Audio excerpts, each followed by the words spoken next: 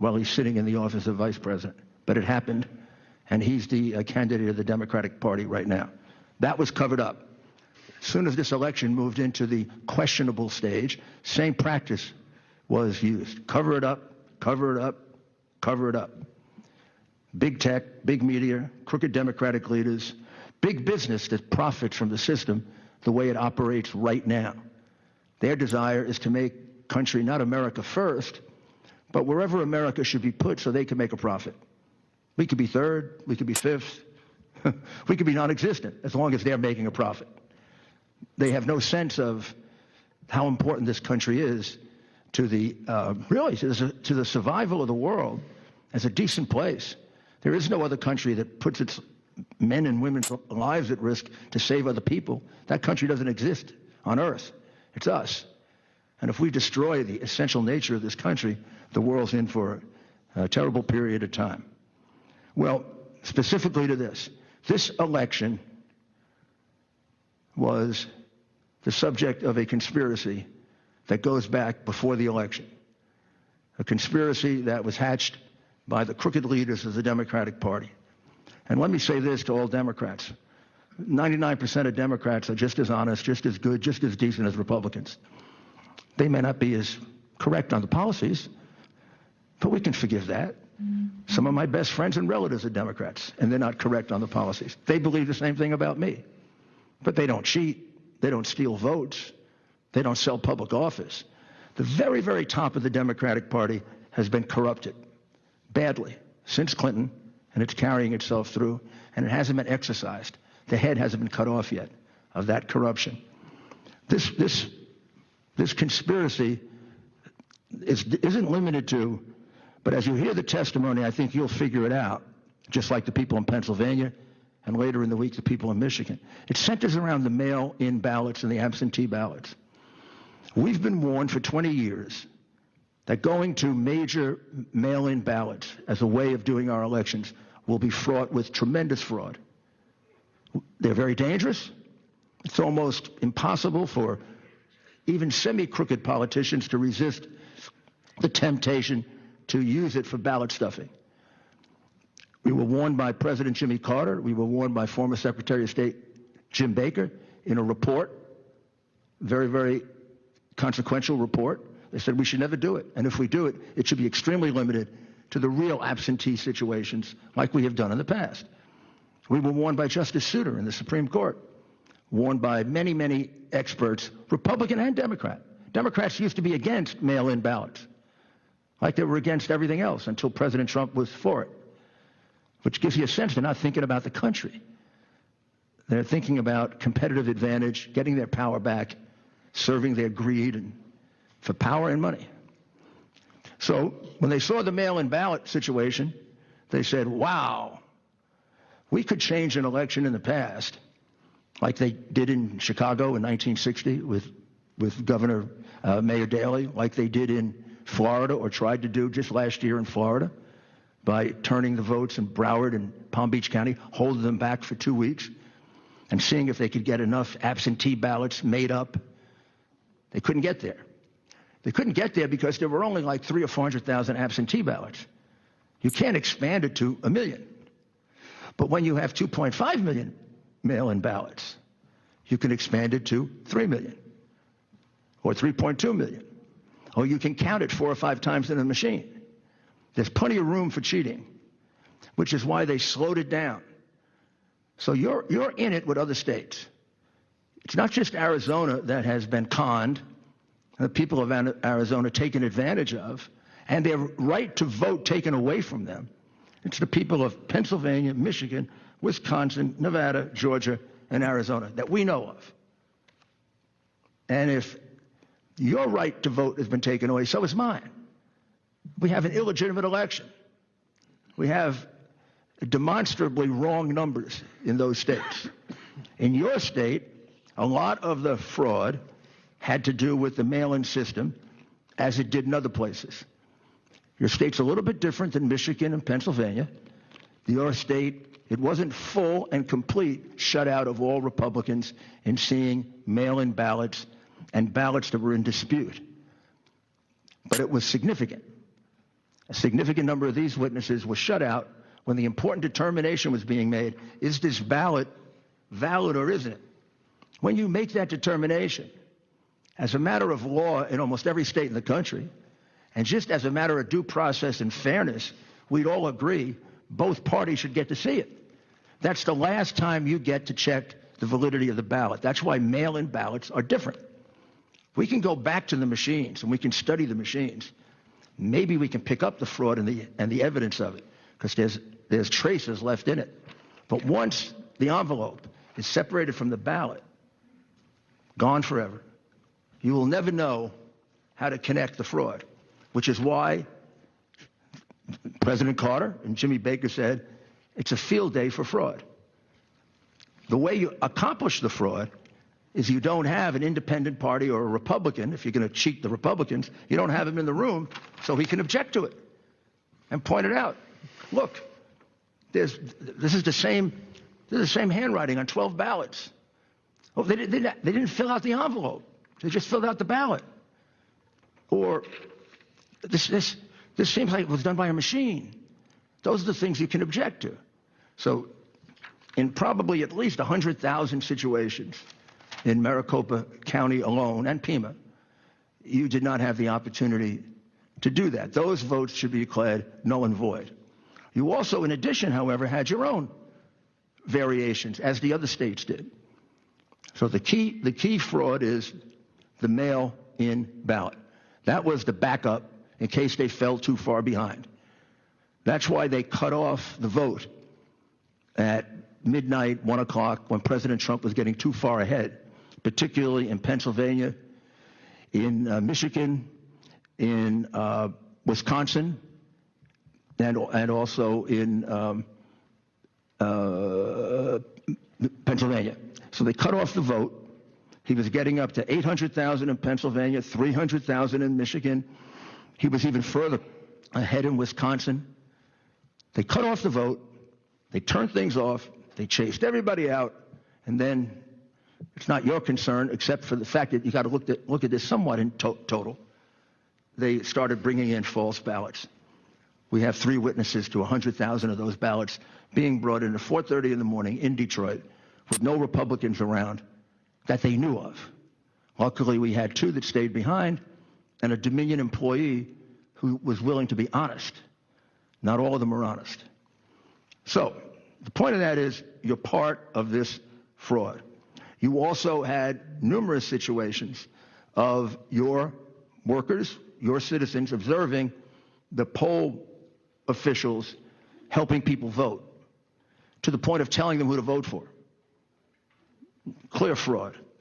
You have situations of poll workers being observed changing votes, taking ambiguous votes and making sure they were cast for Biden. And you have situations of stuffing the ballot box. And we will try to quantify those. Those are harder to quantify. But the ones involving the exclusion of observers are quantifiable, and that's 100,000.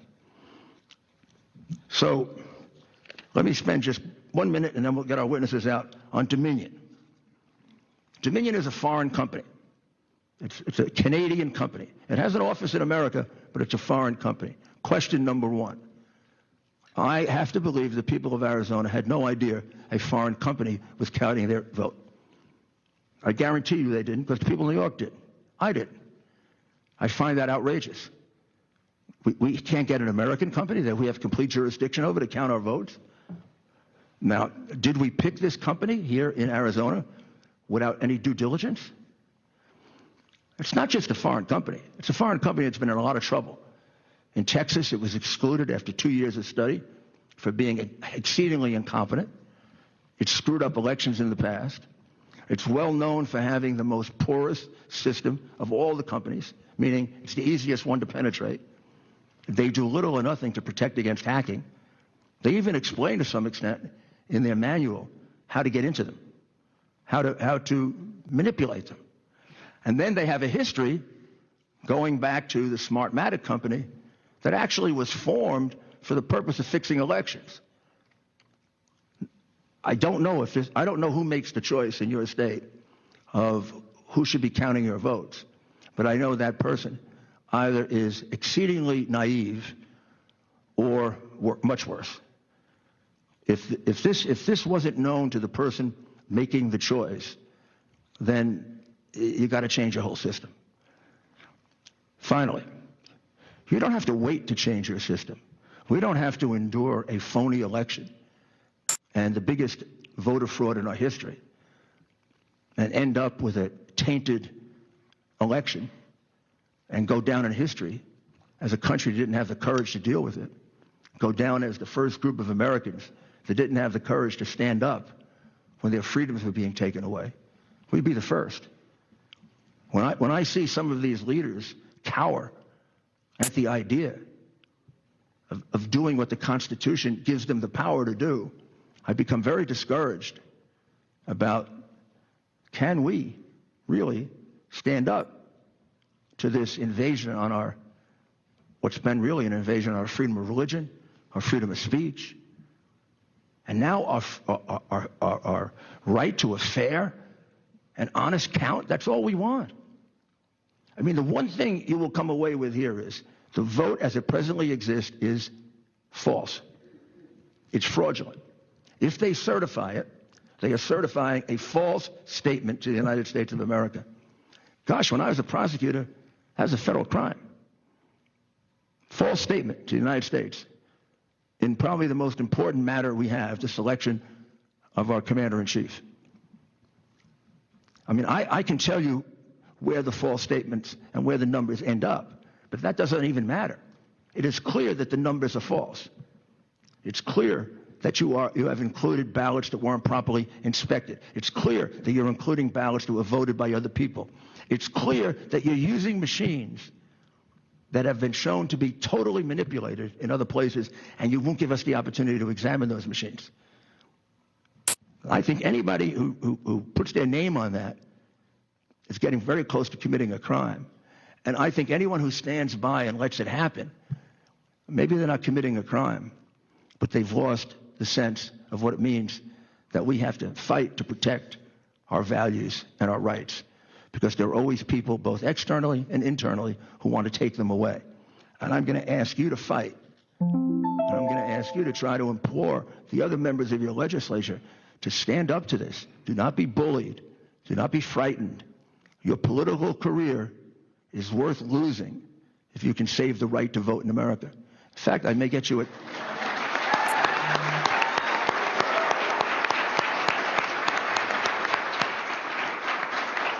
In fact, I can get you a chapter in Profiles in Courage if you do that.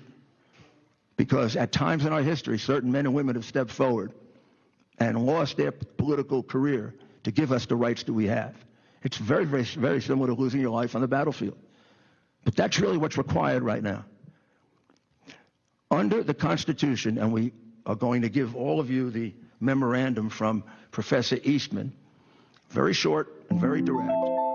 And you can just go to the third page. It makes it very clear that under Article 2, Section 1, Clause 2 of the document that guides us, we're not guided by your governor. We're not guided by your Secretary of State. We're not guided by Joe Biden. We're not guided by the New York Times.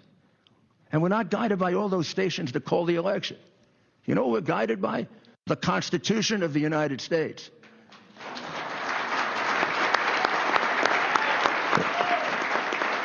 The Constitution of the United States says that you, the legislature of Arizona, have the plenary power to regulate the selection of electors in a presidential election. The Supreme Court, in the case that you will see cited there in McPherson, has already answered the question that many ignorant talking heads who really shouldn't be representing anyone because they're incompetent, on television they say, well, you can't change it retrospectively. You can only change it prospectively. Now, I doubt whether they know the difference between retrospectively and prospectively, but I don't want to be mean. Ha. The United States Supreme Court, I think it's in 1892, said, You can change it at any time. It's your constitutional power solely. You don't share it with anybody. That clause doesn't say Congress. It doesn't say governor. It doesn't say newspapers. It says the state legislature. And the Supreme Court has said you can change that and take that power back anytime you want to, because it's your power. It's not theirs.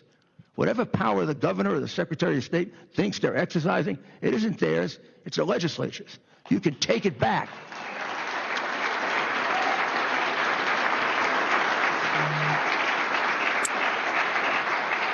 Already decided by the Supreme Court. And then based on evidence, not whim, not political bias, not fear of the media, based on evidence, you can make the determination. What is the right count? Well, how can we get as close to the right count as possible? If we can, then have the courage to select that person to get the electors, because that person won the honest vote. And every dishonest vote disenfranchises the decent people who cast an honest vote. Have the courage to do that. In history, I swear to God, you will be heroes. To half this.